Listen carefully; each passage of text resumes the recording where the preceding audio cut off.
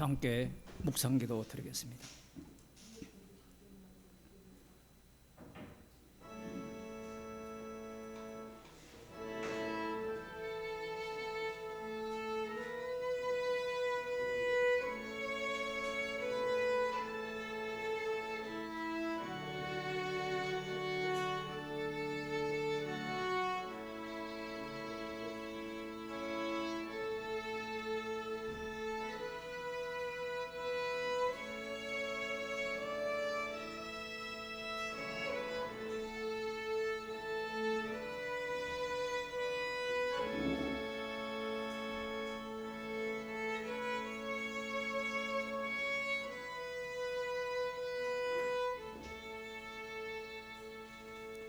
사도신경으로 신앙 고백하겠습니다.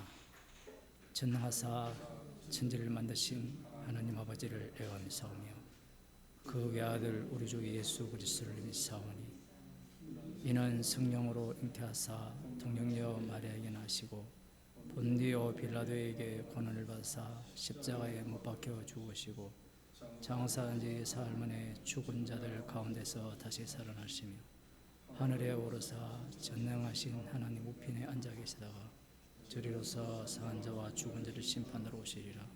성령을 믿사오며 거룩한 공예와 성도가 서로 교통하는 것과 죄를 사해 주시는 것과 몸이 다시 사는 것과 영원히 사는 것을 믿사옵나이다. 아멘. 하나님 말씀 잠언서 25장 19절입니다.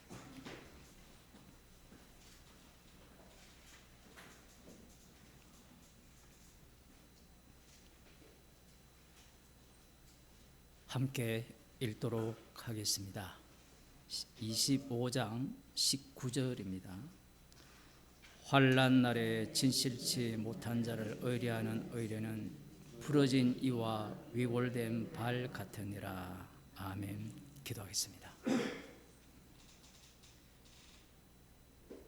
이미 십자가에서 다 이루셨기에 심판의 불바다 가운데 살면서 의뢰해야 될 것이 무엇인지를 저희들에게 알려주심을 감사드립니다. 불타 없어질 것을 신뢰하고 믿고 붙드는 자가 아니라 십자가 피만을 자랑하는 저희들이 되게 하여 주옵소서. 예수님 이름으로 기도드리옵나이다. 아멘. 찬송가 94장입니다.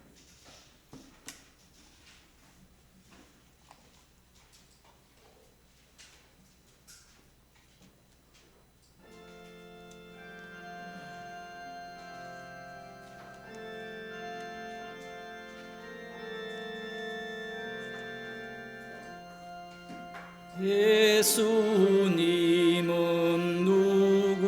누구신가? 우는 자의 위로와 넘는 자의 풍성이며 전한 자의 높음과 잡힌 자의 노임되고 우리 기쁨 되시네. 예수님은 누구신가? 약한 자의 강함과 눈먼 자의 빛이시며 병든 자의 고침과 죽은 자의 부활되고 우리 생명 되시네. 예수님은 누구신가? 추한 자의 정함과 죽을 자의 생명이며 죄인들의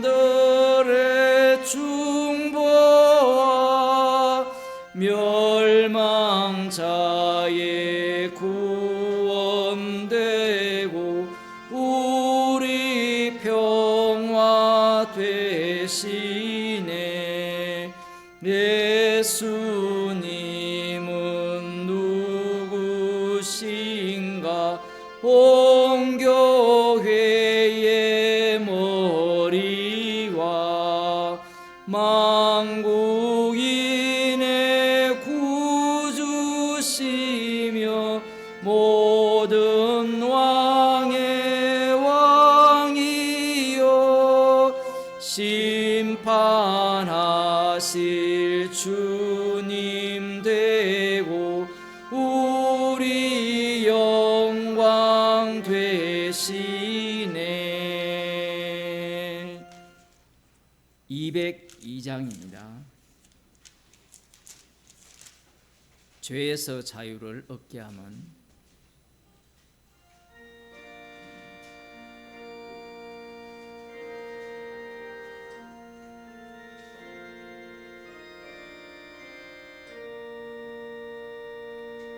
죄에서 자유를 얻게 함은 보혈의 능력 주의 보혈 시험을 이기는 성리되니 참 놀라운 능력이로다.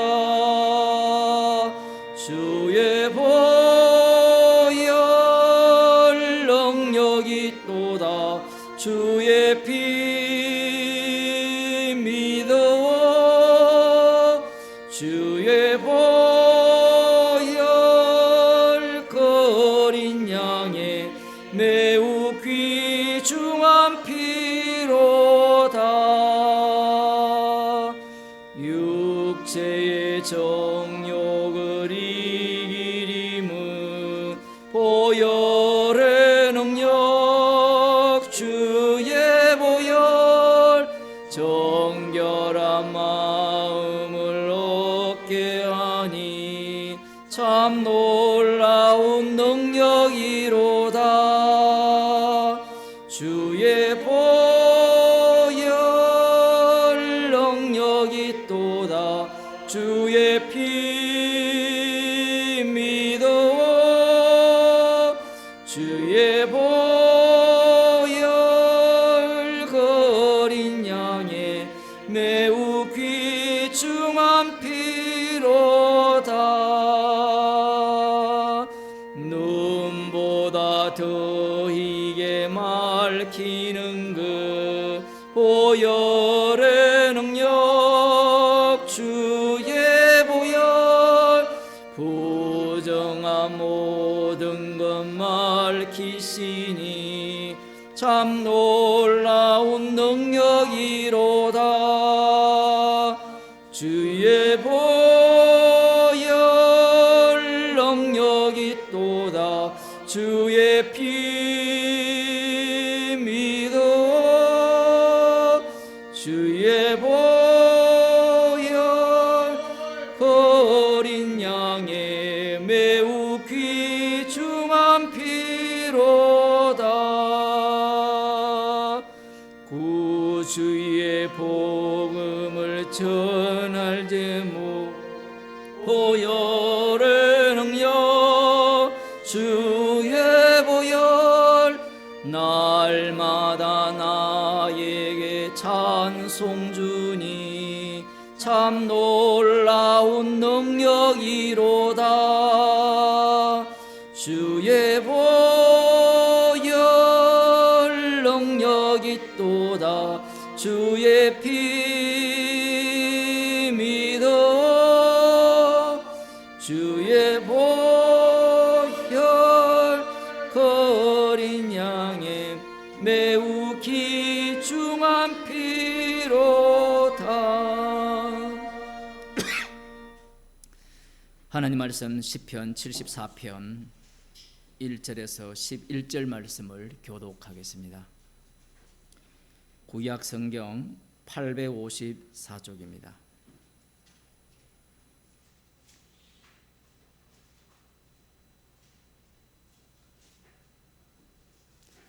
아삽의 마스길. 하나님이여, 주께서 어찌하여 우리를 영원히 버리시나이까? 어찌하여 주의 치시는 양을 향하여 진노의 연기를 바라시나이까?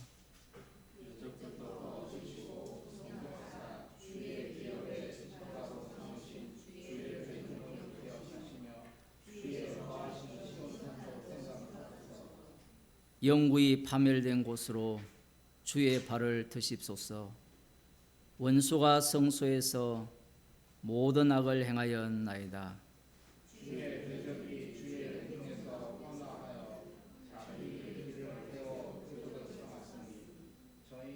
저희는 마치 도끼를 들어 삼림을 베는 사람 같으니이다.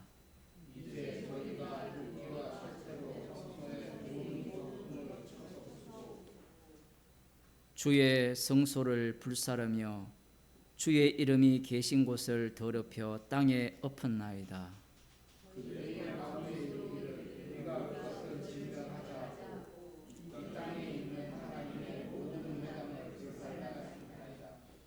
우리의 표적이 보이지 아니하며 선지자도 다시 없으며 이런 일이 얼마나 오래는지 우리 중에 아는 자도 없나이다.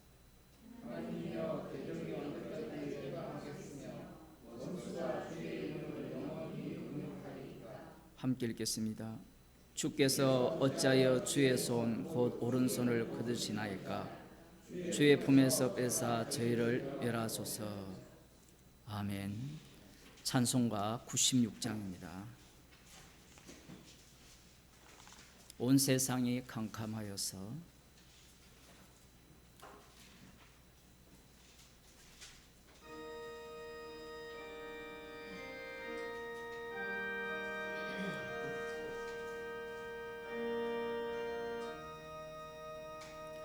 온 세상이 캄캄하여서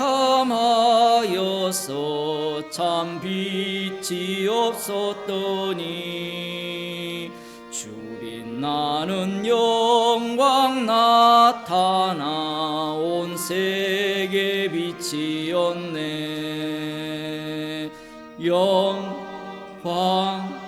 영광의 주, 영광의 주, 밝은 겁인 내게 빛이었네.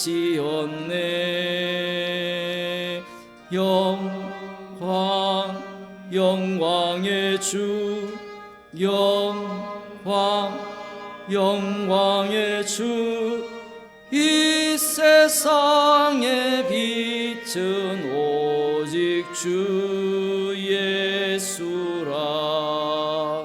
주 말씀을 믿는 사람은 그 마음이 시원하고 주 명령을 준행하는 자 그 길이 환하겠네.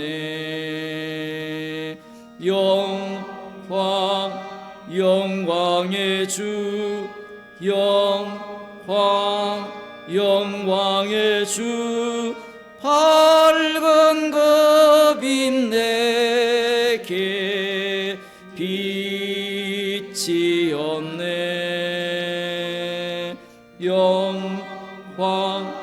영광의 주, 영광의 주, 이 세상의 빛은 오직 주 예수라. 죄 가운데 사는 사람은 그 눈이 어두워도 그 죄악을 씹는 날에는 그 눈이 밝아지네. 영광의 주, 영광의 주, 밝은 겁인 내게 빛이었네.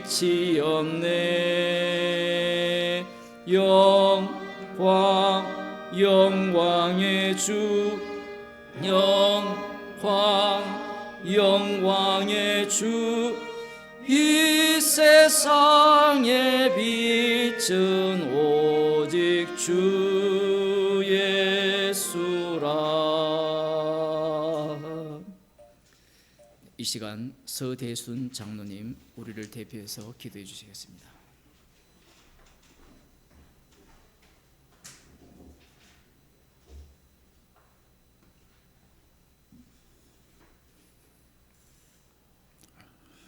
예수님, 우리를 불쌍히 여기소서.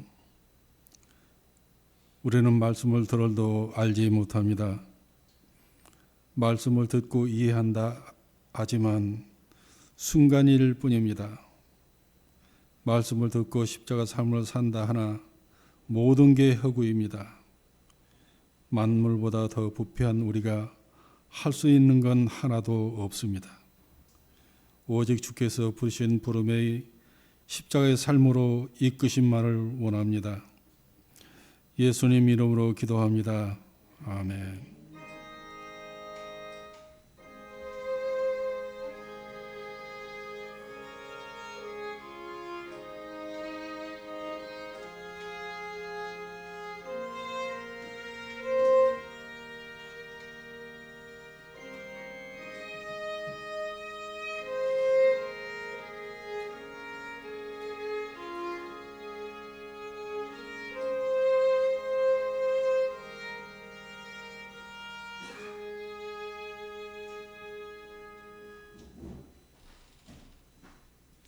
하나님 말씀 로마서 4장 9절에서 12절 말씀을 보도록 하겠습니다.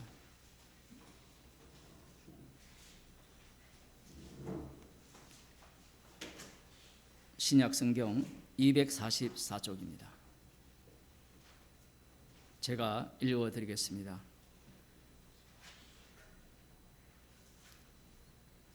로마서 4장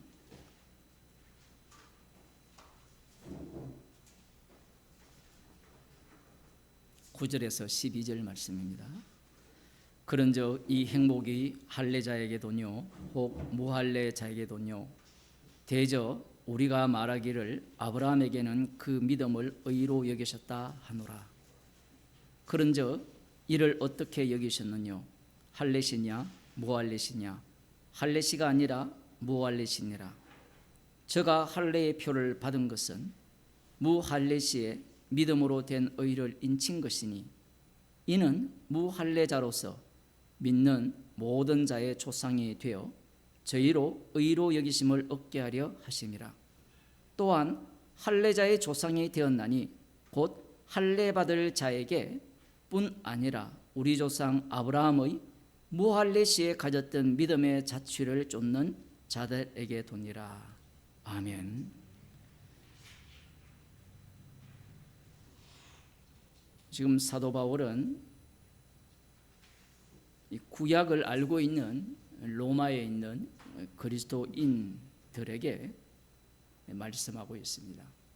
아브라함의 믿음을 아는 자들이죠.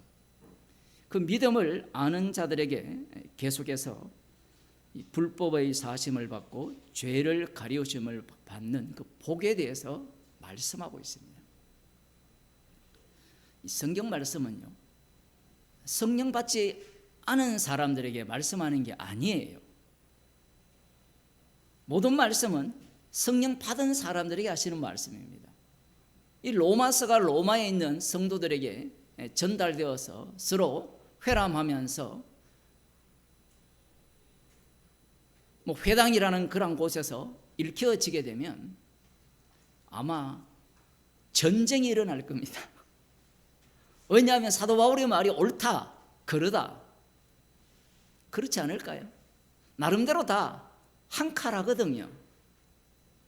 보통 사람들이 아닙니다. 유대교를 거쳐서 복음으로 들어온 자들이에요. 그러면 성경에 대해서 너무나 잘 알고 있습니다. 우리들과 똑같은 거예요. 여러분들이 여기까지 오기까지 얼마나 많은 다른 복음을 들었고 그걸 유대교로 표현하면 자기들이 다른 복음을 들었거든요. 말씀이라는 것은 만만하게 볼 일이 아니에요. 왜냐하면 말씀을 우리가 볼 수가 없기 때문에 그렇습니다. 말씀이 살아있다는 말씀이 사람들은 그것을 우습게 여겨요. 살아있는 말씀을 우리가 어떻게 다룹니까? 인간의 눈에는 인간이 다루는 것 같잖아요. 사도 바울이 복음을 전했는데 이 데살로니가 교인들이 사람의 말로 받지 않고 하나님의 말씀으로 받았다 이야기합니다. 상상이 갑니까? 제가 설교를 했는데 사람의 말로 받지 않고 하나님의 말씀으로 받는다. 이게 가능한 일이에요? 관람자의 입장에서는 뭐 그럴 수도 있지.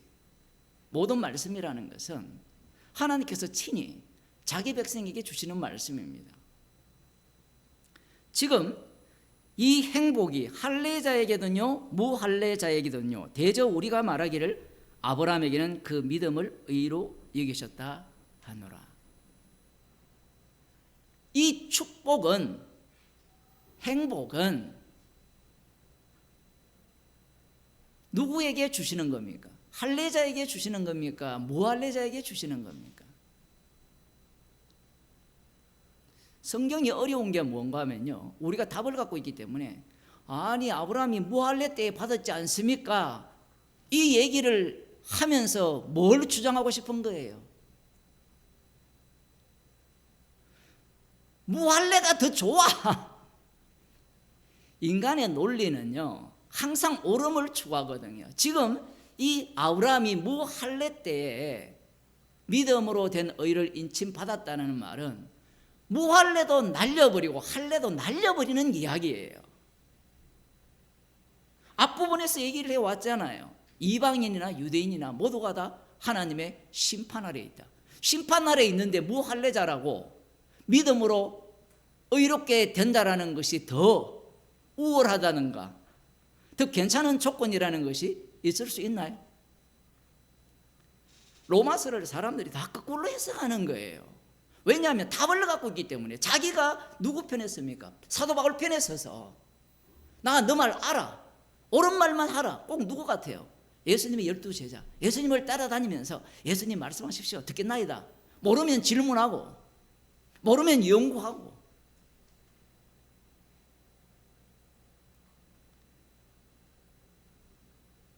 이 아브라함의 할례, 이 얘기를 알아야만 뒤에 나오는 믿음으로 된 의를 인쳤다라는 의미를 압니다.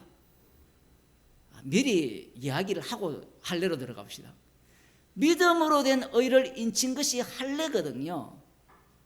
할례가 뭔가 하면요, 이 남자들의 생식기 끝을 자르는 거예요. 오늘날로 포경수술인데 이것을 자르는 의미가 하나님께서는 창세기 16장에서 영원한 언약으로 세웠습니다. 창세기 16장을 한번 가보겠어요.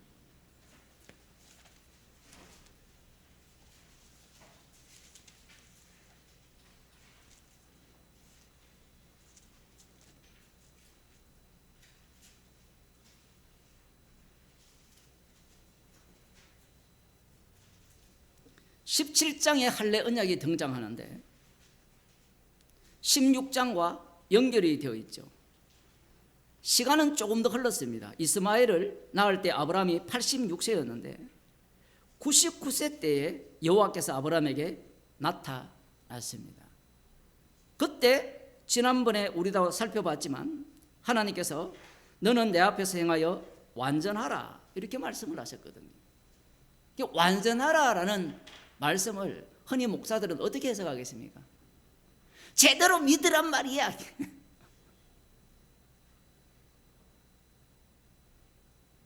제대로 신앙생활 하란 말이야. 말은 틀린 게 없어요. 말은 맞아요. 그 제대로 믿는 게 뭔가를 엉터리로 알려주는 겁니다.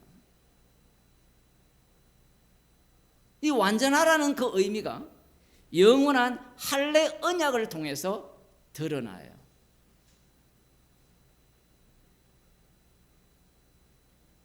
내가 내 언약을 너와 너 사이 내가 내 언약을 나와 너 사이에 세워 너로 심히 번성케 하리라 하시니 아브라함이 엎드린데 하나님이 또 그에게 일러 가라사대 내가 너와 내 언약을 세우니 너는 열국의 아비가 될지라. 이제 후로는 내 이름을 아브라함이라 하지 아니하고 아브라함이라 하리니 이는 내가 너로 열국의 아비가 되게 함이니라.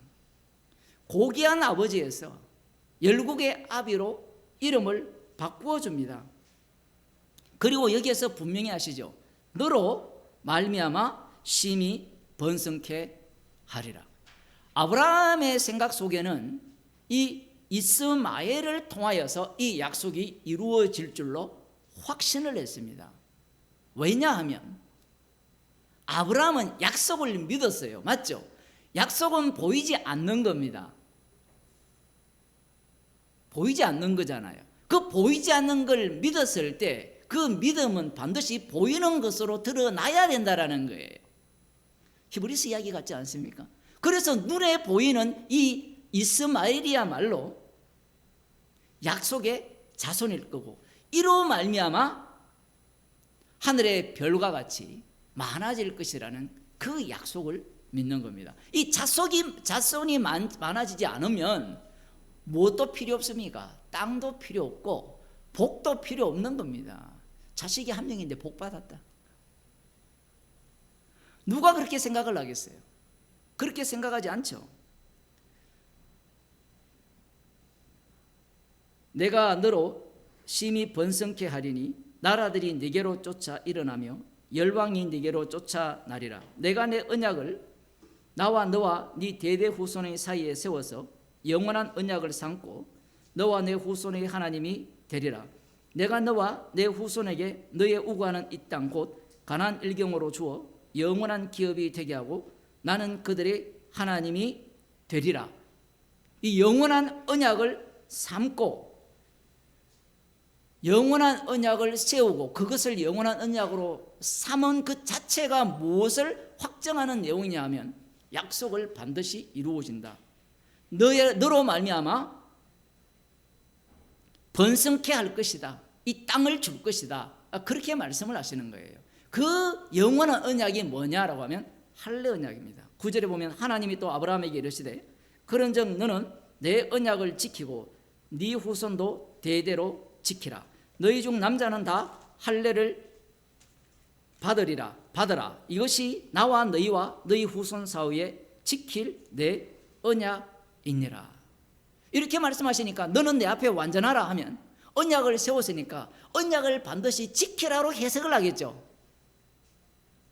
그 언약을 지킬 때야 하나님의 약속이 이루어질 것이라고 해석할 수밖에 없습니다.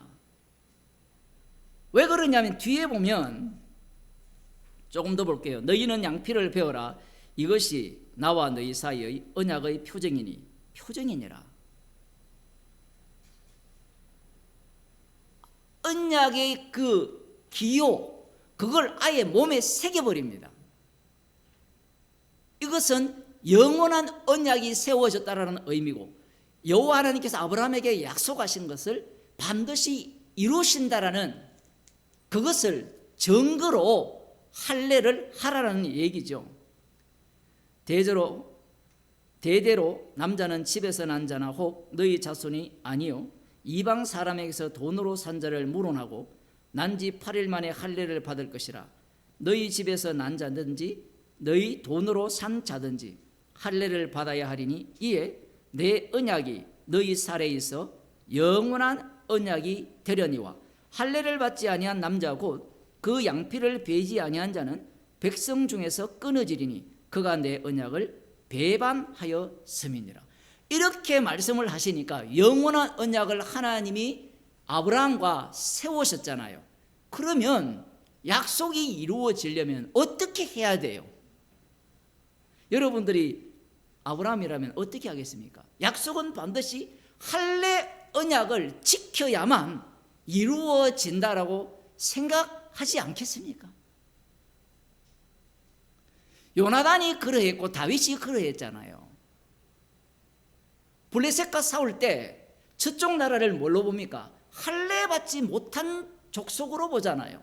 자신들은 할례받은 민족으로 보잖아요. 할례받지 못한 자들이 까부러대니까 이 싸움은 하나님의 싸움이라고 확정하면서 할례받지 못한 자들과 전쟁을 해서 승리하잖아요. 아브라함뿐만 아니라 다윗을 보더라도, 요나단을 보더라도 이 영원한 할례 언약을 지켜야 돼야 말아야 돼요. 안 지키면 백성 중에서 끊어버리겠다라고 하잖아요.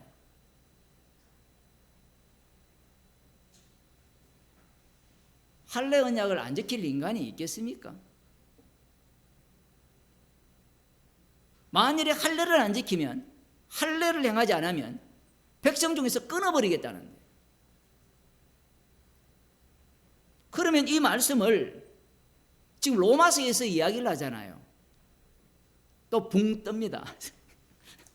이 선지서를 지나와야 되는데 말씀이 어려운 이유가요, 우리의 죄악이 그만큼 촘촘하기 때문에 그래요. 사람들이 복음을 전하면 간단하게 이야기하라는 거예요. 간단하게. 본인이 간단하지 않아요. 본인이. 복음은 진짜 간단하거든요. 그리고 중요한 것은, 복음이라는 것은 우리 구원을 위한 복음이 아니에요. 간단하지만 그 십자가의 사랑은 찬송가에도 나오듯이 하늘을 두루마리 삼고 바다를 먹물 삼아도 다 못 써요. 아니, 하나님 구라를 쳐도 그만큼 칩니까? 그건 성령을 못 받아서 그렇게 생각하는 거예요. 요한복음에도 그렇게 나오잖아요.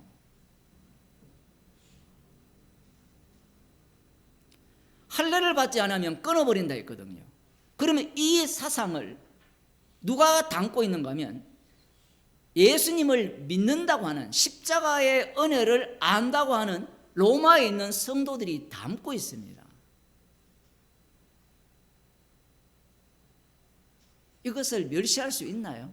무시할 수 있습니까, 여러분? 영원한 할례라고 했는데, 제가 궁금한 게 그런 거예요. 이 하나님의 교회, 이런 사람들의 문제라기보다 웃기는 게, 왜 할례 언약은 이야기 안 합니까? 이제 조금 있으면 그것까지도 끌고 올 거예요. 왜냐하면 계속해서 추가를 해야 돼요. 그래야 밑에 있는 민중들이 무식하게 계속 따라오거든요. 왜 할례 언약 이야기하지 않을까요? 하나님 교회는. 하나님의 교회 앞에 한번 서보세요. 누가 대다수입니까? 예? 한번 들어가는 사람들, 뭐 주일, 그들은 안식일날 모이잖아요. 시간 날 때 노시지 말고 그런 데서 한번 구경해 보세요. 여자들이 대다수인데 할례 언약 이야기하면 어떻게 되겠습니까? 6월절은 내가 지킬 수 있잖아요. 여자들도 골라 먹어요. 골라 먹어. 그러면 또 이제 어머니 하나님에서 또 누구로 바뀔까요? 조상 할아버지 하나님으로 또 바뀝니다. 혹시 그런 사람이 오면 이런 이야기 하세요. 네? 손자 하나님 들어보셨습니까? 이렇게.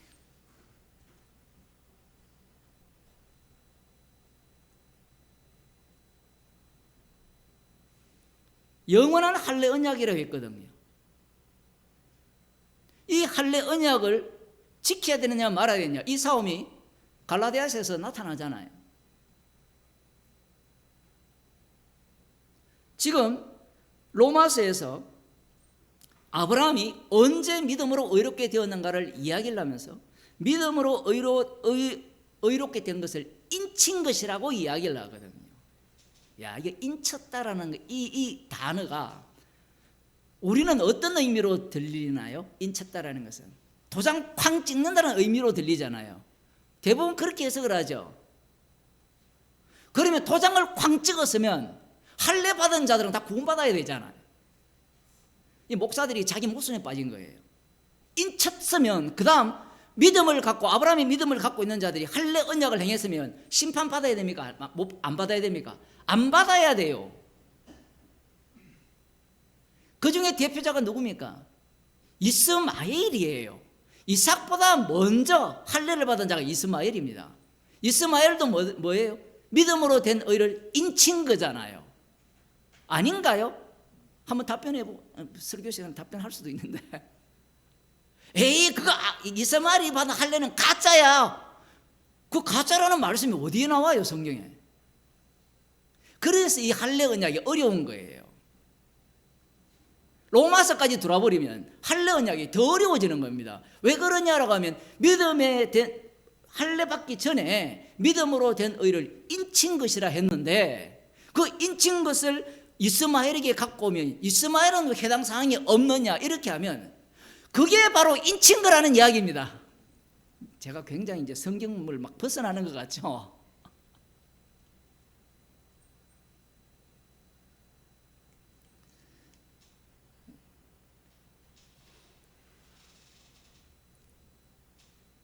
할례 언약을 이렇게 체결을 하게 되는데 15절 보겠습니다. 하나님이 또 아브라함에게 이르시되 네 아내 사레는 이름을 사레라 하지 말고 그 이름을 사라라 하라.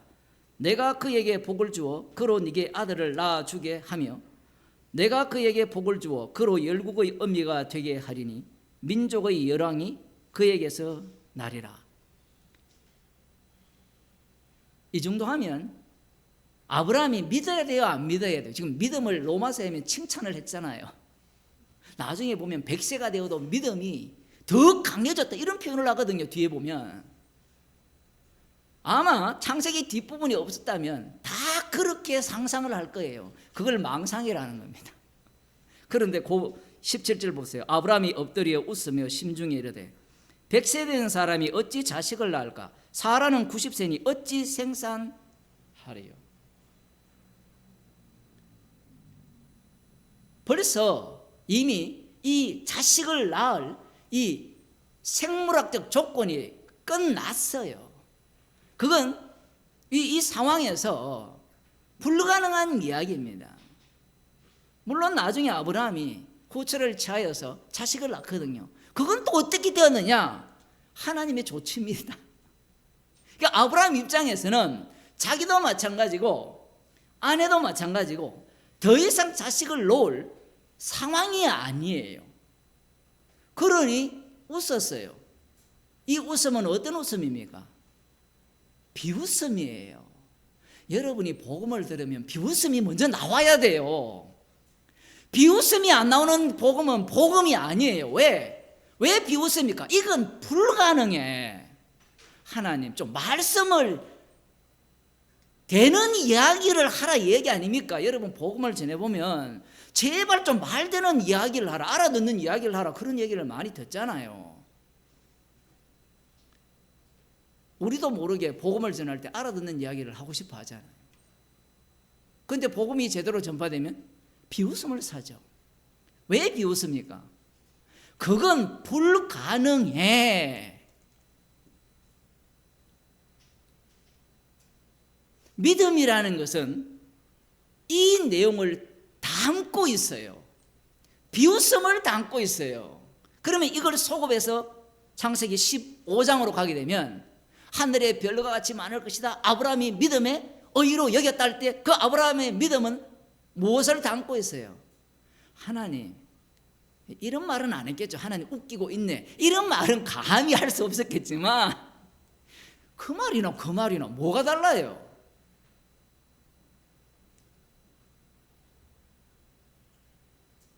이 비웃음이라는 것이 우리가 볼 때는 아브라함이 믿음이 없어서 그렇다.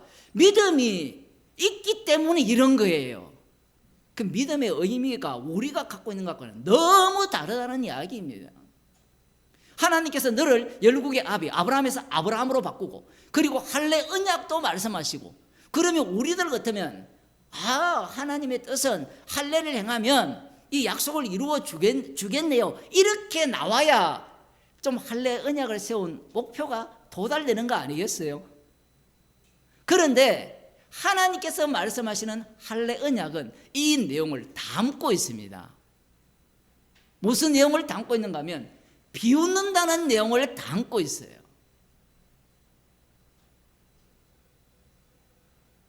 이 비웃음이 없으면 할례 언약의 원래 그 의미가 사라지는 겁니다. 그게 바로 할례 언약이야. 약속을 줬는데 하나님 내 나이 100살이고 내 아내가 90살인데 무슨 아이를 낳습니까? 사람들이 나이도 뭐 100살도 안 된 사람들이 자꾸 이런 말을 해요. 내가 이제 70이고 50, 60이고 이제 늙었는데 내가 무슨 복음을 전해? 아니 꼴랑 90살도 안 됐으면서. 죄송합니다만은 그거 비웃잖아요, 여러분. 비웃는데 주님이 여러분을 어떻게 끌고 갑니까? 복음을 자기가 전합니까?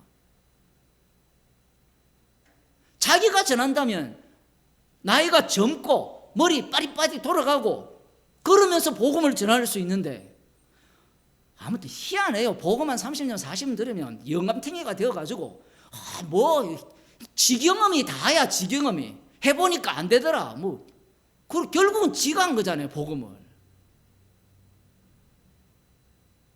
아무도 안 듣더라도 선지자 있음을 알게 하기 위해서 주님이 조치한 상황과 현실인데, 아유, 사람들이 늙은 사람 말 누가 듣습니까? 젊은 사람 말도 안 들어요. 예수님이, 하나님이 오셔서 말씀해도 안 들어요, 여러분. 복음은 자식도 안 듣는데 남이 듣겠습니까? 원래 자식은 안 들어요, 원수기 때문에. 말씀을 그렇게 안 믿습니까? 맨날 믿는다고 하지만 믿긴 뭘 믿어요? 맨날 우리는 비웃고만 있는 거예요. 아브라함만 보세요. 얼마나 총명합니까?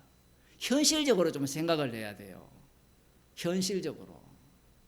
우리 성도님들 몇 명 안 모이는데 어떻게 이게 유지되느냐? 현실적으로 생각하면 불가능한 이야기인데, 또 어떻게 미국에 계신 분이 연보를 하셔가지고 제가 연락할 길이 없네. 본인은 저를 아는데 저는 그분을 모르니까.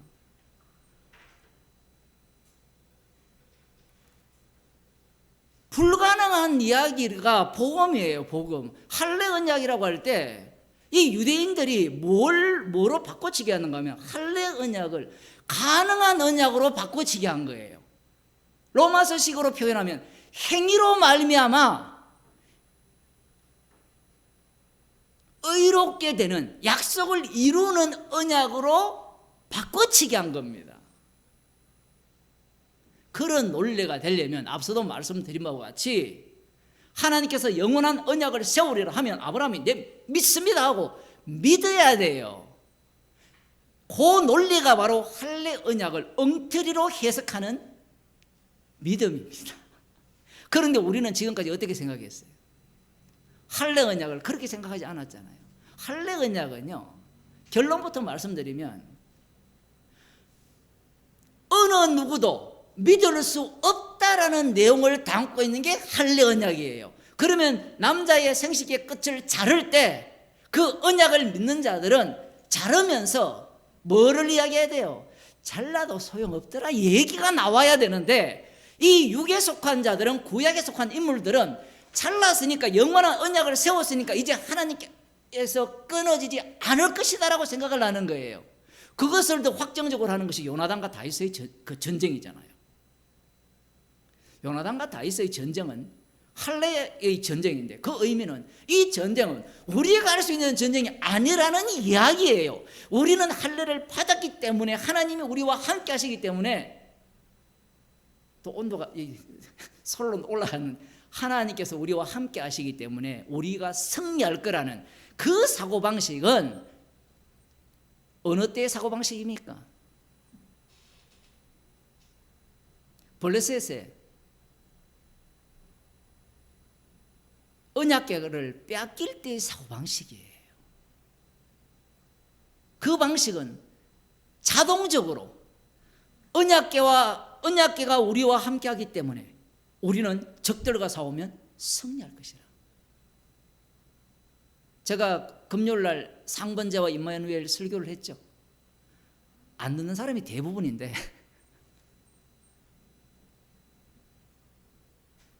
하나님이 너희 가운데 거하신다니까 이스라엘이 신이 나잖아요. 그죠? 제자들도 요한복음에서 예수님이 내가 떠나가면 너희에게 유익이고, 이것은 슬프지만 이제는 내가 너희 안에, 너희가 내 안에, 아버지가 내 안에, 내가 아버지 안에, 이 구조가 되면 얼마나 좋겠습니까? 그죠? 기도를 잔뜩 하고 있는데 주님이 동행하니까 어떤 꼴이 납니까? 주님이 살아 살았던 그 생애를 고스란히 반복해요. 주님은 그래도 33까지 사셨잖아요. 스데반 집사님은 복음한 지 얼마 안 되고 죽었어요.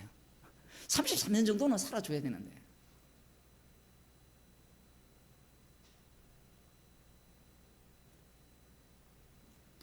할례를 지키면, 할례 언약을 지키면 백성에게서 끊어지지 않는다라는 이런 해석법, 하나님의 말씀을 갖고 분명히 이 할례를 하지 않으면 백성 중에서 끊어진다 했잖아요.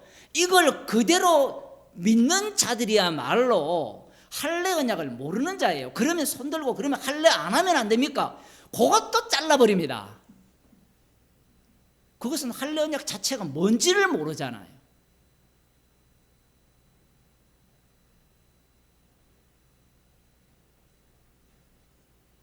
아브라함이 속으로 대놓고, 하나님 앞에서는 속으로 하나 대놓고 하나 똑같아요. 예수님 앞에서 이 바리새인들이 속으로 중글중글 거리니까 우리는 너 뭐 중글거렸어 이래 나오지만 예수님은 무슨 말을 했는지 다 이야기를 다 해버려요. 그 속으로 하나 말 하나 똑같다고 이야기하잖아요. 그러니까 여러분이 믿음 있는 체 하지 말라고 했죠. 기도 하나지 하지 않는다고 뭘 기도 안 합니까? 속으로 이미 다 하고 있는데. 성경을 읽어도 그걸 몰라요. 망하지 않으려고 하기 때문에 그래요. 나 이 정도 괜찮은 사람이야. 나 이 정도로 복음을 아니까 기도 제대로 하는 사람이야.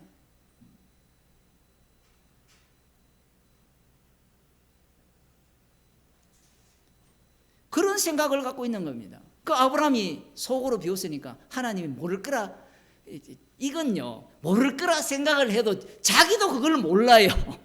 워낙 순간적이기 때문에 어떤 사건이 딱 닥치니까 비웃는 거예요. 이럴 때 이제 믿음 없음이 드러나는 겁니다. 우리가 정신을 차릴 때는 어때요? 믿음 있는 차잖아요. 그런데 이것은 우발적 사건이거든요. 예상했다면 아브라함이 비웃었을까요? 안 비웃었을까요? 절대로 안 비웃습니다. 그 다음 나타나면 뭐라 할까요? 예, 믿습니다. 이래 나오거든요. 맞죠? 한번 경험을 했으니까, 단단히 준비를 하고 있으니까 그때는 비웃지 않죠. 그런데 이 상황은 우발적입니다. 그 다음 한번 봅시다.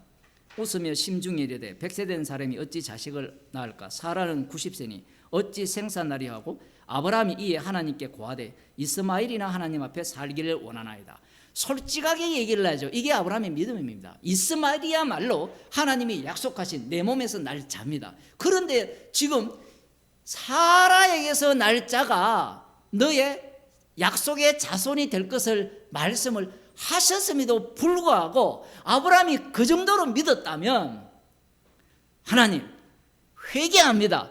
저는 지금까지 이스마엘로 생각을 했는데 하나님의 말씀을 들어보니까 제 믿음이 엉터리였네요.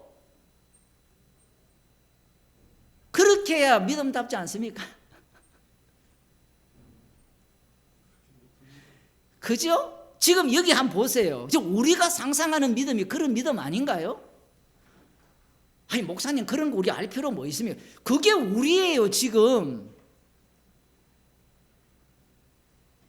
이렇게 이야기하니까 아브라함처럼 솔직하게 하자. 인간은 솔직 안 해집니다.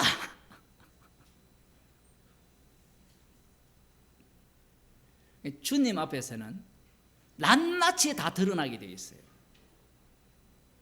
숨겼다라고 생각했는데 그 숨긴 것 자체가 주님 앞에서는 다 드러납니다. 놀랍게도 약속 앞에서 인간이 갖고 있던 탐심들이 끊임없이, 이것은 영원히 마르지 않는 그러한 샘물과 같이 솟아나는 거예요. 이스마엘이나 하나님 앞에 살기를 원하나이다. 번역을 너무 잘했어요. 이게 이스마엘이나. 아니 하나님 정말로 웃기십니다. 내 나이 90인데 90이 무슨 복음을 전합니까? 말도 어눌하고 기억도 안 나고. 원래 기억 잘나서 복음을 전했나요?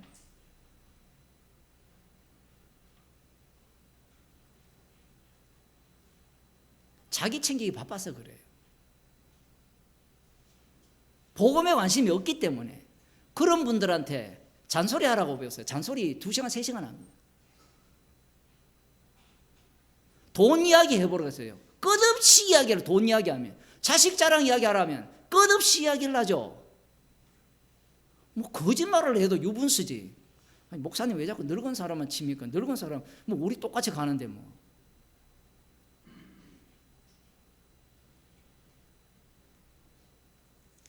아브라함과 우리가 다르지 않습니다. 그러니 할례 언약이 지금도 작동을 하는 거예요. 하나님이 가라사대 아니라 네 아내 사라가 정녕 네게 아들을 낳으리니 너는 그 이름을 이삭이라 하라. 내가 그와 내 언약을 세우리니 그의 후손에게 영원한 언약이 되리라. 아브라함 언약에서 어디로 넘어가 버립니까? 이삭으로 넘어가 버려요. 언약이. 이삭 언약으로 넘어갔다는 것은 무엇이 담겨 있다는 거예요? 아브라함과 세운 언약에 있어서 아브라함이 문제가 있다라는 이야기입니다. 안 믿었다는 내용을 담고 있어요. 아브라함 언약 안에는. 이름도 아예 새겨버려요. 얼마나 좋아요. 말씀은. 근데 조금 들어가면 말씀은 말씀처럼 사라져야 되는 의미인데 아예 새겨놨어요. 부를 때마다. 복음만 전하다가 사라져라. 누구 아드님 이름이잖아요. 그죠? 이삭. 아예 아브라함의 그 불신앙을 인쳐놔서 이게 인입니다. 이게 인. 부를 때마다 뭐예요? 아이 하나님 속으로 웃었던 걸 기억하면서 하나님 이스마일이나 십자가를 자랑한다는 것은 이런 내용을 담고 있는 거예요. 사람들이 십자가를 자랑한다니까 십자가만 계속 이야기하는 거예요. 그게 무슨 십자가 자랑 아닙니까? 또 어떤 사람은 죄인임을 인정해야 또 한다니까 죄만 자꾸 이야기를 죄만 골라 잡아. 그렇게 하는 이유가 뭔가 하면 자기의 의로움을 계속해서 드러내려고 하는 겁니다. 할례 언약의 할자도 모르는 사람들이에요. 이것은.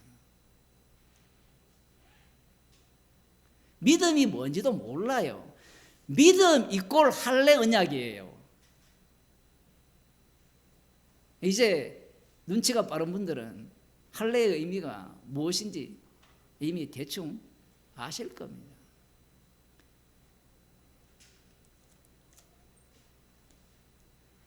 20절에 보면 이스마엘에게 이르르는 내가 네 말을 들었나니 내가 그에게 복을 주어 생육이 중다하여 그로 크게 번성케 할지라. 그가 12방백을 낳으리니 내가 그로 큰 나라가 되게 하려니와 내 언약은 내가 명령 이 기한에 사라가 네게 낳을 이삭과 세우리라. 하나님이 아브라함과 말씀을 마치시고 그를 떠나 올라가셨더라. 철저하게 이 영원한 언약은 이삭과만 세워집니다. 이스마엘은 중다한 민족이 되지만 철저하게 이 언약 밖의 사람임을 더 증가하기 위해서 공격하는 자로 이 이스마엘을 굉장히 잘 살게 해요. 힘도 강력한 힘을 소유하게 하는 겁니다. 분명히 창세기 15장에서 믿었다면 이 할례 언약으로 넘어와서는 바뀌어야 되지 않습니까? 다메섹 엘리에셀이라 했다면 이스마엘이라 이렇게 안 해야 되지 않아요? 그러면 3세판이라 칩시다. 지금 성경이 여기에서 끝났잖아요. 끝나지 않았다면 예를 들어 아브라함이 나이가 끊어졌다 치더라도 그 다음 한 번 더 있으면 아브라함이 바뀔까요? 안 바뀝니다. 왜냐하면 상황과 형편 자체가 반드시 믿음 없음을 드러내는 자기의 의견을 개진할 그 형편이 되기 때문에 그래요. 이것은 나중에 이스라엘이 광야 생활을 할 때 10번이나 하나님에 대해서 불신하고 배반한 내용으로 드러납니다. 요 3번 정도, 2번 정도 알면 3번째는 괜찮겠죠. 아니에요. 4번째도 안 돼요. 2번이 안 됐다는 것은 영원히 안 된다는 이야기입니다. 그게 할례 언약이에요. 그러면 다시 로마서로 와서 봅시다.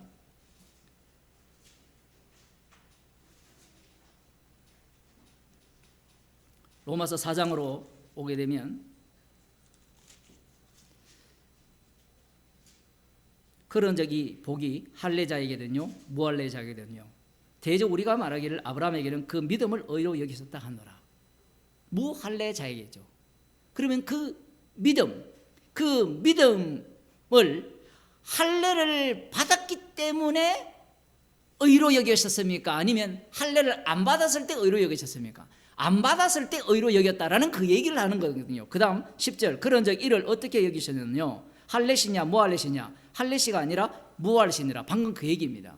어떻게 언제 의롭게 여기셨느냐? 그 시점이 어디냐라는 거 할 때는 할례 받기 전이라는 이야기예요.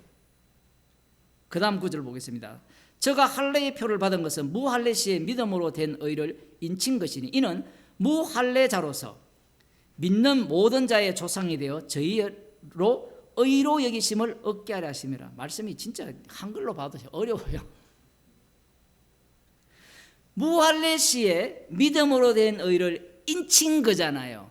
그러면 인쳤다라는 것은 앞서 제가 말씀드린 것 같이 믿음에 대해서 확증하는 증거로서 확 도장을 찍은 거네. 그 말은 맞는데 그러면 그 믿음을 창세기 15장에 있는 믿음의 내용을 들여다보면 아브라함은 어떤 믿음을 갖고 있습니까? 하나님의 약속에 대해서 전혀 믿지 않는 믿음을 갖고 있는 거예요. 그 믿음을 갖고 있는데 그 믿음을 로마서에 하면 예수 그리스도의 믿음 속으로 합류를 시켰어요. 제가 바꿔치겠다라는 말을 하지 않는 이유가 있어요. 바꿔치기 해버리면 어떤 문제가 발생하는가 하면 나는 이제 믿음이 있는 자야 돼야 돼요. 있는 자야 이렇게 나옵니다. 그렇게 되면 믿는 나를 증거하는 증인이 돼요. 그 모습은 누구의 모습이냐면 유대인들이 아브라함을 보면서 아브라함이 자기의 믿음을 증거하는 자라 이렇게 의식하는 거예요.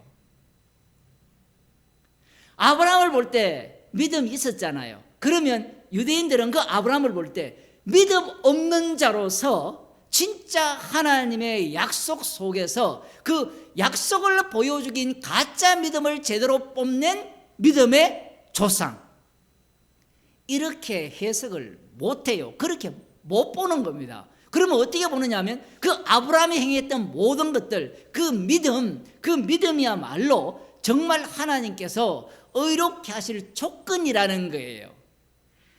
지금 사도 바울이 논증이 이거거든요.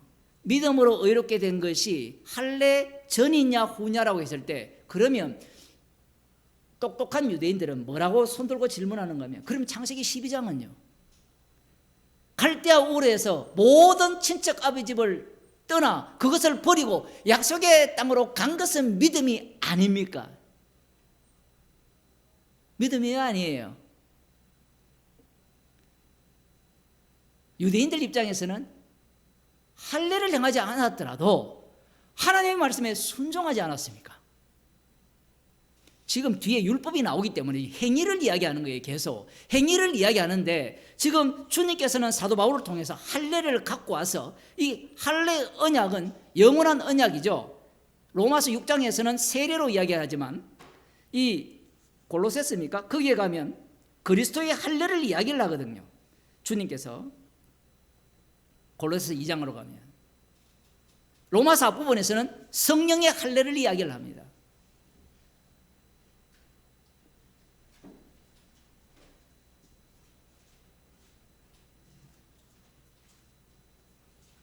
유대인들은 이 아브라함을 볼 때, 다윗을 볼 때 믿음이 있는 자로 간주를 해요. 그런데 로마서에서는 아브라함의 믿음이 있습니까 없습니까? 없다 하면 안 돼요. 있잖아요 지금. 있는데 없다고 하면 안 돼요. 분명히 아브라함도 믿음이 있고 다윗도 믿음이 있죠. 그런데 그 믿음의 내용을 들여다보니까 꼭 데칼코마니 같잖아요. 누구와? 제자들과. 제자들이 예수님과 동행을 할 때 예수님을 믿었잖아요. 심지어 목숨까지도 기꺼이 버리겠다고 합니다. 이게 진심이에요. 진심. 왜 진심이냐라고 하면 가룟유다가 자기 스스로 목맬 정도 같으면 주를 위해서 목숨을 버립니다. 인간들은. 그런데 주님은 그걸 막아버렸죠. 마포대교 가서 자기 목숨 버리는 사람이 많잖아요.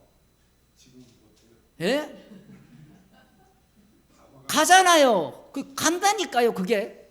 그런데 주님이 막았어요. 왜 막았는가 하면 네 목숨 버려도 뭐가 안 돼요? 주님을 따를 수 없다는 얘기입니다. 극단으로 몰고 가는 거예요. 극단으로. 그 제자들이 최종적으로 누구의 모습으로 그들의 12명을 대표합니까? 가룟 유다죠. 가룟 유다가 예수님을 팔아먹고 어떻게 합니까? 양심에 찔려. 야, 여기에 양심이 나오죠. 지가 판단을 해요. 지가. 베드로와 가룟 유다의 차이점은요, 베드로는 지 판단 자체가 의미가 없어요. 회개를 했잖아요. 눈물을 흘리면서. 사람들은 가룟 유다는 지가 회개하지 않고 주님께 돌아가지 않고 그래서 결국은 양심의 가책이 되어서 이 자살을 했고, 베드로는 눈물을 흘리면서 회개했기 때문에 주님을 따랐다. 뭘 따르기는 뭘 따라요. 눈물 흘려봤자 주님의 부활한 주님을 만나고도 뭐합니까?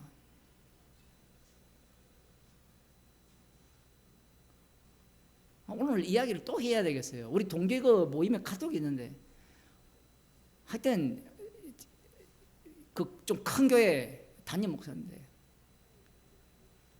목회 편지를 이렇게 쓰는데 완전 악마의 편지예요.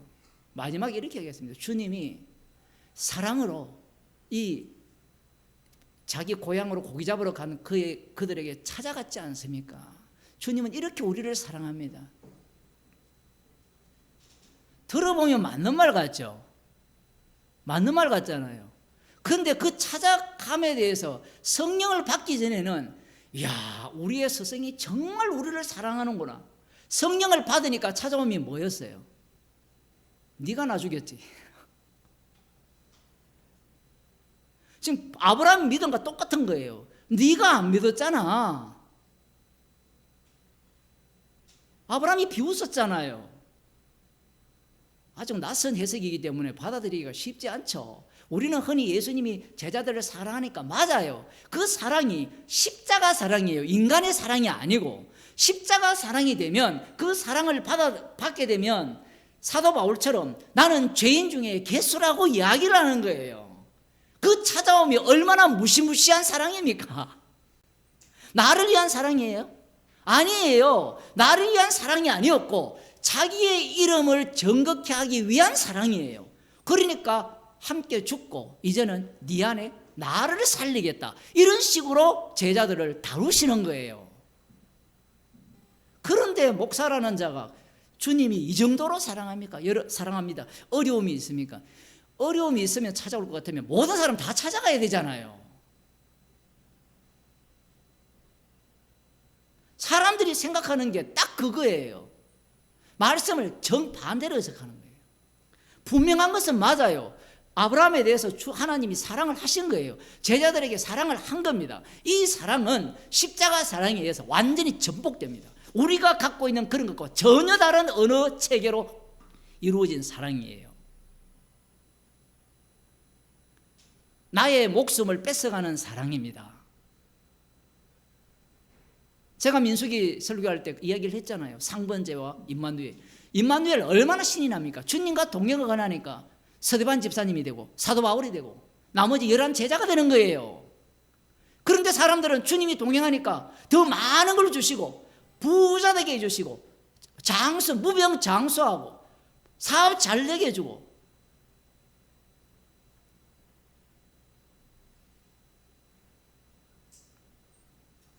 성경에 대한 지식을 더욱더 많이 알게 해주고, 뭐 알게 해주시죠. 부자도 되게 해주실 수도 있습니다. 그런데 십자가와 만나는 순간 뭐가 돼요? 그 모든 것들이 쓰레기잖아요. 집에 1,000억을 깔아놓으면 쓰레기 더미 위에 사는 거예요.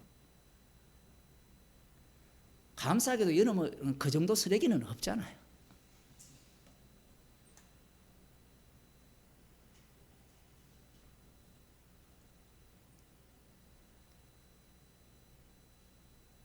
믿는 모든 자의 조상이 되어 저희로 의로 여기심을 얻게 하려 하심이라. 이렇게 돼 있죠. 믿는 모든 자의 조상. 그 믿는다라는, 이 믿는 자들이 저희가 되잖아요. 저희 모든 자들의 조상이 되면 믿는 자들은 누구의 발자취를 따릅니까? 할례 언약을 세운 아브라함의 발자취를 따르게 되죠.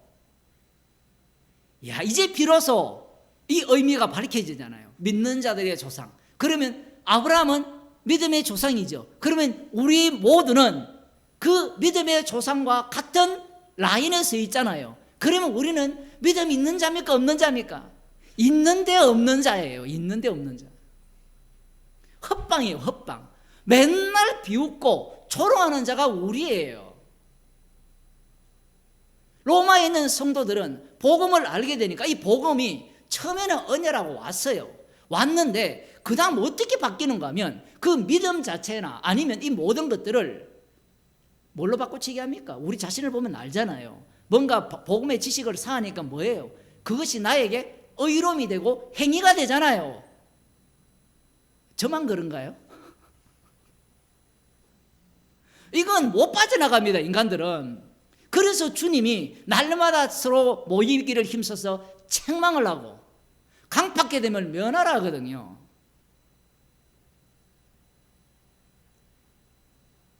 얼마나 우리가 강팍하면 매일 안 모입니까? 일주일에 한번 모이는 것도 짜증나요. 짜증나. 나 안 모이는 것도 안 모여도 나 죄송합니다. 이 화면으로 듣는 분들 어쩔 수 없지만 아무리 이렇게 듣고 말씀을 알아도 모여보세요. 모이면요 다 무너져요. 다. 그 혼자 설교를 들으면서 혼자 망상을 하는 거예요. 나 믿음이 있다 이렇게. 하나님이 찾아오지 않으면 아브라함은 자기가 믿음이 있다고 생각했어요. 믿음이 있다고 생각했습니다. 그런데 하나님이 제시를 하니까 그 믿음이 어떤 믿음이었어요? 완전히 엉터리 믿음.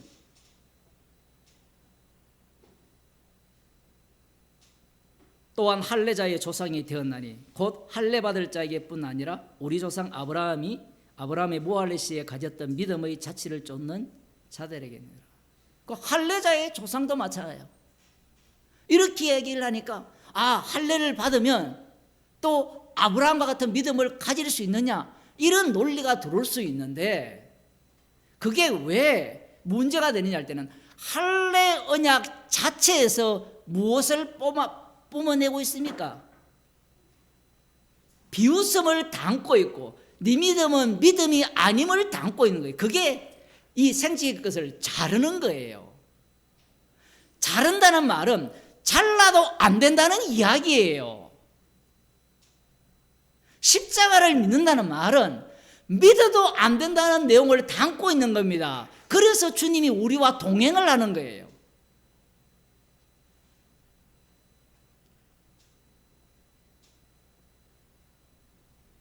성경 좀 배우면 정답을 갖고 와서 우리는 죄인입니다. 성경은 십자가를 증거합니다. 그러면서 답을 챙기요. 답을 그거 안다고 천국 갑니까?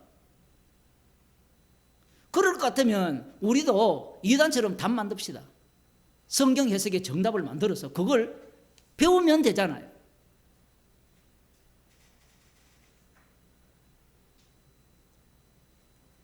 요한복음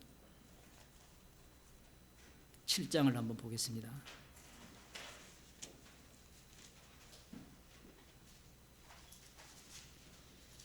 요한복음 7장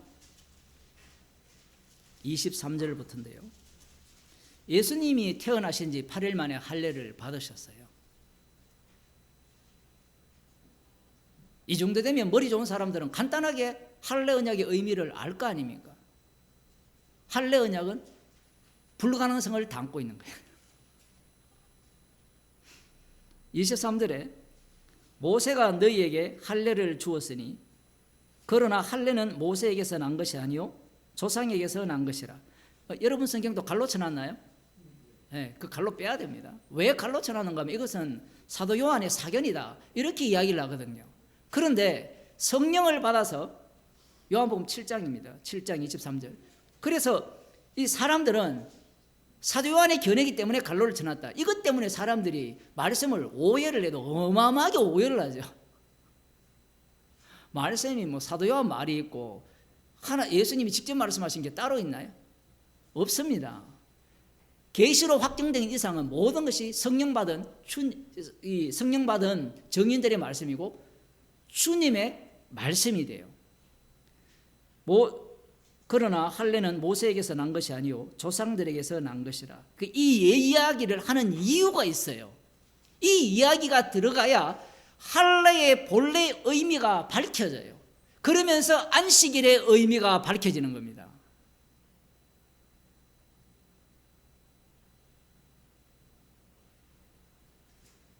그러므로 너희가 안식일에도 사람에게 할례를 주느니라. 모순된 내용이죠. 맞죠? 모순되잖아요. 안식일에는 오로지 뭐만 해야 돼요? 아무 일도 하지 말고, 처음에는 아무 일도 하지 말라 했습니다. 초창기에는, 출애굽할 때는. 그런데 민수기 이제 월요일 날이 올지 안 올지는 모르지만 그 28장 안식일 규례가 되면 일하지 말라는 내용은 싹 빼버립니다. 민수기 28장 29장에는 일하지 말라는 내용은 다 빼버리고 뭐만 집어넣습니까? 거기에 제사만 집어넣어요. 제사만. 그러니까 안식일에는 일을 하지 말고 제사만 드리라고 돼 있어요.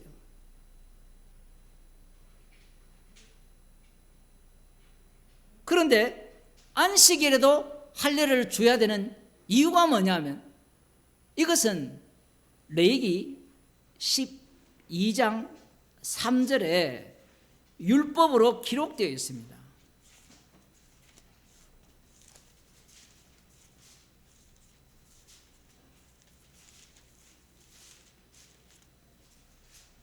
율법이 다시 들어오거든요. 그 할례 언약이 대대로 지키라는 것이 들어온 상태에서 모세를 통하여서 여호와께서 다시 이 할례에 대한 율법을 주십니다. 12장 3절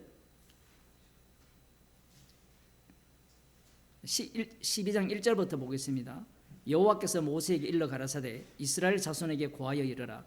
여인이 잉태하여 남자를 낳으면 그는 7일 동안 부정하리니 곧 경도할 때와 같이 부정할 것이며 제8일에는 그 아이의 양피를 벨 것이요 그 여인은 오히려 33일을 지나야 사녀리 깨끗하리라. 여기에 보면 이 할례 언약, 아브라함에게 하신 그 창세기 17장에서 세운 그 할례 언약과 동일하게 말씀을 하시죠. 7일, 물론 추가된 내용이 있지만.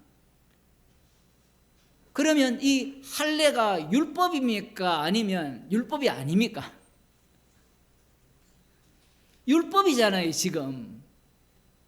그런데 이 사도 요한을 통해서 그러나 할례는 모세에게서 난 것이 아니요 조상들에게서 난 것이라 이렇게 말씀을 합니다. 왜 이걸 말씀하실까요? 조상의 할례 언약을 담은 내용이 뭐가 되죠? 안식일 날 일하지 말라는 말씀이고 제사만 드리라는 말씀이라는 거예요. 이렇게도 어렵죠. 안식일 날 일하지 않으려면 이 7일째 되는 날은 태어나는 걸 맞춰서 애가 나는 게 아니잖아요. 요즘은 맞춰서 뭐 이렇게 날짜 맞추고 뭐 이게 사주팔자 좋은 거 나오려고 뭐 하지 모르겠지만 아예 배를 째가지고 그 날짜에 맞춰서 꺼내잖아요. 그런 사람 적지 않을 겁니다. 왜냐하면 인간은 그런 운명 속에 살기 때문에 그렇게 이야기를 하거든요. 지금 이 자식을 낳을 때 그 당시에는 이런 부분에 대해서 아직 잘 모르는 상황입니다. 그런 상황에서 이 7일째가 되려면 그 7일이 안식일이 되는 경우가 뭐 인구가 100만 명이 태어나면 7분의 7로 나누면 그 숫자만큼 안식일이 태어나잖아요. 그러면 안식일이 태어나는 것이 아니라 8일 전에 태어나면 8일 만에 할례를 받아야 되는 애들이 7분의 1입니다. 무조건. 그러면 그들은 안식일 날 할례를 행해야 되잖아요. 할례를 행하려면 안식일을 범해야 돼요? 안식일을 지켜야 됩니까? 범해야 되는 겁니다.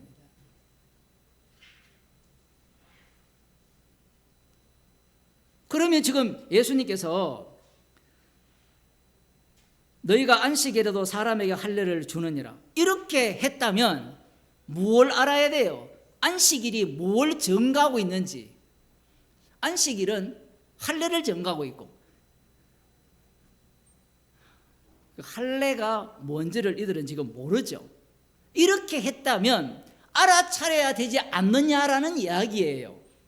근데 분명히 안식일 날 아무 일도 하지 말라고 하셔놓고 할례를 행해야 된다라고 하시니까 하나님이 못 쓴다는 내용을 우리에게 주심으로 말미암아 지금 안식일을 통해서 하시고자 하는 말씀이 따로 있는 거예요.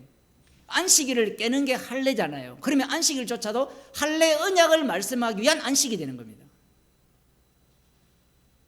여기에서 모세의 율법을 폐하지 아니하려고 사람이 안식일에도 할례를 받는 일이 있거든. 모세의 율법을 지키려면 안식일을 지키면서 할례를 안 행해야 되는데 모세의 율법을 폐하지 않으려고 안식일 날 할례를 행한다는 겁니다. 만일에 우리에게 이 문제에 대해서 답변해 보라 하면 어떻게 답변하겠습니까? 이미 로마서의 앞부분에서 인간은 선악구조로 짜여져 있다 했죠. 그 선악구조 속에서 이런 말씀을 보게 되면 인간은 항상 선을 어디에 놓는 겁니까? 우선순위 되는 걸 놓아요. 우선순위 되는 거. 그러면 이들은 모세의 율법이라 해놓고 어디를 끌고 오겠어요? 아브라함에게 하신 언약을 끌고 오는 겁니다. 근데 사실은 모세 율법 자체에 이미 모순을 담고 있거든요. 모세가 준 율법이라면 동등한 이 권위를 갖잖아요. 그렇지 않나요? 율법이 어느 것은 더 중요하고 어느 것은 더 경하고 이런 게 있습니까? 없습니까? 예수님도 갈라디아서를 통해 말씀하셨잖아요. 온갖 율법을 항상 행하지 않으면 모든 것을 범한 것이라. 어느 한 말씀 하나라도 버린다면 천국에 못 들어가요. 우리들은 경중을 따지잖아요. 그죠? 우상을 섬기는 것과 도덕질하는 것 뭐가 더 나쁩니까?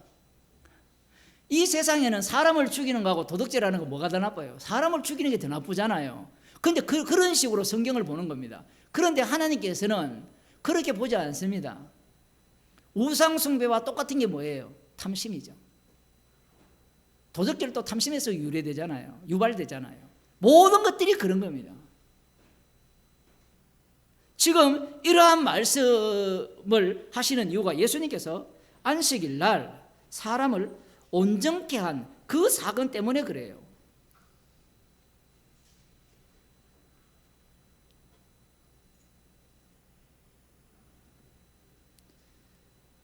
예수님께서 자신의 교훈을 이렇게 표현합니다. 14절에 보면 이미 명절 중간이 되어 예수께서 성전에 올라가서 가르치시니 유대인들이 기이 여겨 가로되 이 사람은 배우지 아니하였거늘 어떻게 그를 아느냐 이렇게 이야기를 하니까 이렇게 얘기를 하면 우리는 뭐라고 해야 돼요? 당신 누구에게서 배웠어? 이렇게 묻잖아요. 그죠? 누구에게서 배우긴 배웠는데 그 사람이 나를 가르친 게 아니다 이렇게 나와야 되는데 예수님이 이렇게 말씀합니다. 예수께서 대답하여 가라사대 내 교훈은 내 것이 아니요 나를 보내신 이의 것이니라. 예수님의 교훈이 아니라는 거예요. 누구한테 배웠느냐? 이 사람이 배우지 않았는데 예수님의 답변은 아버지께서 나에게 다 알려준 내용이다 이런 거예요. 나에게 다 알려준 내용이라는 겁니다. 대화가 안 되죠. 그러면 이들은 비웃죠.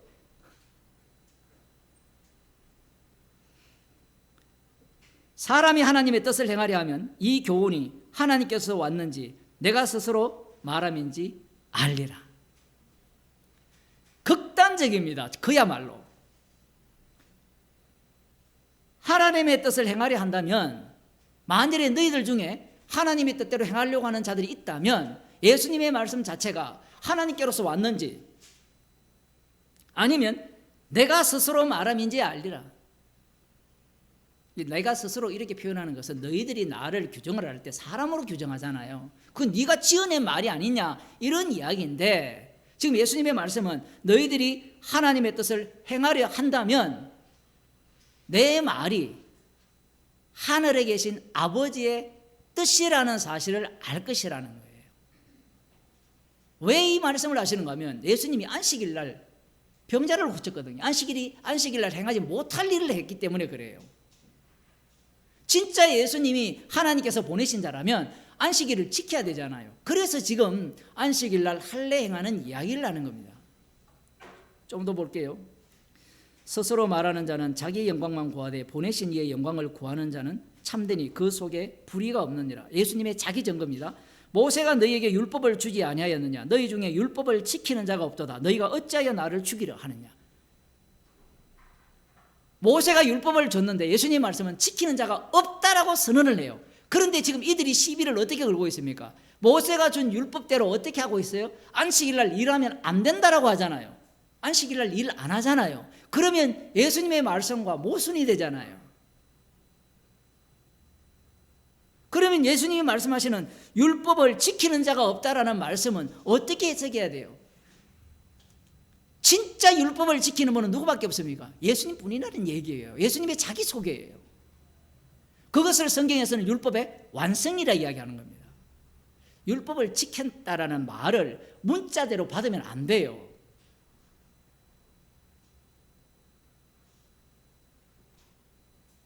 그러면 이 내용과 율법을 지키는 것과 아브라함의 믿음과 동일해야 되죠. 아브라함의 믿음과 동일해야 되잖아요. 예수님께서 그 말씀을 하시는 겁니다. 그러면서 예수님께서 아주 교묘하게 뭘 끌고 옵니까? 율법 너희들 안 지키지 않느냐? 뭘 갖고 합니까? 안식일 날 할례를 행하는 갖고 들어와 버려요. 그걸 갖고 한 번 더 깊이 들어가 버리니까 이 할례의 본래 의미가 무엇인지 밝혀지는 겁니다. 지금 예수님께서는 이 할례 언약의 성취자죠. 어떻게 할례 언약을 성취했습니까? 십자가에 못 박혀 죽으심으로. 그걸 로마서 6장에 할례라는 표현으로 하지 않고 세례라는 표현으로 말씀하고 있어요. 예수님께서 십자가에 달려 죽으심으로 말미암아 이 할례 언약의 의미를 밝히 보여주신 겁니다. 이렇게 되면 할례 언약이라는 자체가 너희들이 믿는다고 행한다고 지킨다고 구원을 얻을 수 없다라는 이야기입니다. 그 아브라함이 비웃은 내용을 담고 있는 거예요. 지금 이들은 모세 율법을 안 지킨다는 증거가 뭔가 하면 아브라함의 믿음을 따라왔다면 자기들이 이 지킴 자체가 누구를 비웃는 거예요? 하나님을 비웃는 것이 되는 겁니다. 그런데 그 비웃음을 누구로 바꿔치겠어요? 예수님이 오니까 예수님을 비웃는 거잖아요. 예수님을 조롱하는 거잖아요. 네 도대체 이 글도 모르면서 어디서 배워먹은 짬뽕이야 이 얘기거든요. 지금 우리는 조상들로부터 내려온 그 랍비들을 통해서 대대로 말씀의 그 지식을 전수를 받아서 말씀을 제대로 전하고 있는데 배우고 있고 가르치고 있는데 네가 말하는 것은 네 전통에서 벗어났다는 얘기입니다. 벗어났잖아요. 그래서 제가 아까 그 창세기 17장에서 말씀드렸잖아요. 아브라함의 비웃음이 아브라함의 믿음 속에 들어있다는 것을 상상도 못하는 겁니다.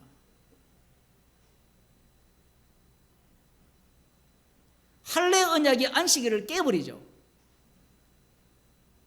십자가 사건이 안식일을 깨버리잖아요. 그것이 바로 안식일의 완성입니다. 지금 이 유대인들은 그러한 것을 모르죠. 그 내용이 무엇과 연결됩니까? 너희들이 나를 죽이려 하는도다. 그게 바로 할례 언약의 성취예요. 그 성취가 되면 이 할례 언약의 성취가 되면 이 십자가 사건이 먼저인 건 맞아요. 지금 십자가 사건을 갖고 제가 할례 언약을 해석을 했으니까 이렇게 되면 이후에 우리가 믿습니다. 우리가 순종합니다. 우리가 주의 이름으로 선지자 노릇했습니다 라는 것이 통할까요? 통하지 않을까요? 안 통해요. 지금 사도 바울이 로마서에서 괜히 이 내용을 갖고 오는 게 아니에요. 인간은요, 이게 육체가 사는 이상은, 육이 사는 이상은 죽을 때까지 자기 행위를 포기를 못해요. 자기가 한 것에 대해서 잊지를 못해요. 이것이 더더욱 믿음에 관한 내용이라면 주의 이름으로 선지자 하면 그걸 잊어버릴 수 있겠어요? 언제 못 잊는가 하면요, 이 결판할 때 못 잊어요. 처음에는 뭐라고 하는가 하면 다 주님이 하셨습니다 라고 이야기를 해요. 근데 상대가 그걸 인정해 주지 않으면 뭐라고 이야기하는가 하면 왜 나 인정하지 않아요?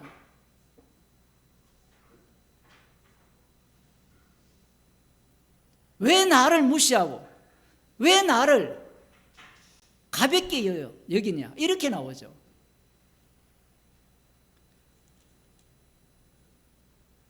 주님께서는 자신의 죽음을 증거합니다. 그래서 오늘날도 여전히 이 주의 이름이, 믿음이 계속해서 드러나는 현장으로 주님께서 인도를 하시는데, 그 믿음이 드러나는 현장은 어떤 자리예요? 아브라함이 갔던 자리입니다. 사실은 이 예수님을 죽이려고 하는 그러한 자들이 우리의 모습이에요. 왜냐하면 주님의 십자가 사건은 모순된 내용을 담고 있기 때문에 그래요. 우리가 이 정도로 믿음이 있고 이 정도로 복음을 안다면 하나님 백성이 아닙니까? 라는 것을 잘라버립니다. 그게 할례 언약을 받은 자예요. 그게 이제 성령의 할례라, 로마서에서 그렇게 이야기하죠. 그래서 제가 로마서 2장 할 때 성령의 할례를 우리가 무슨 수로 받습니까? 라고 물었잖아요.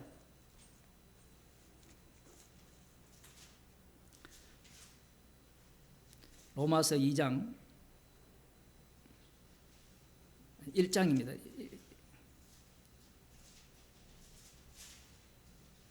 2장이 맞죠? 성령의 할례, 그 말씀을 하시거든요.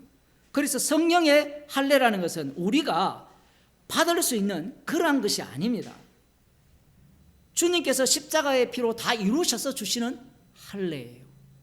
그 할례에 참여한 자들은 계속해서 무엇을 담고 있는가 하면 내가 믿음이 있다는 자체가 부정당하면서 하나님을 내가 비웃고 있구나, 죄인 중에 개수구나, 그 상황과 현실 속으로 인도함을 받습니다. 같이 기도하시겠습니다. 하나님 아버지, 믿음으로 된 의를 인친 것이 할례이기에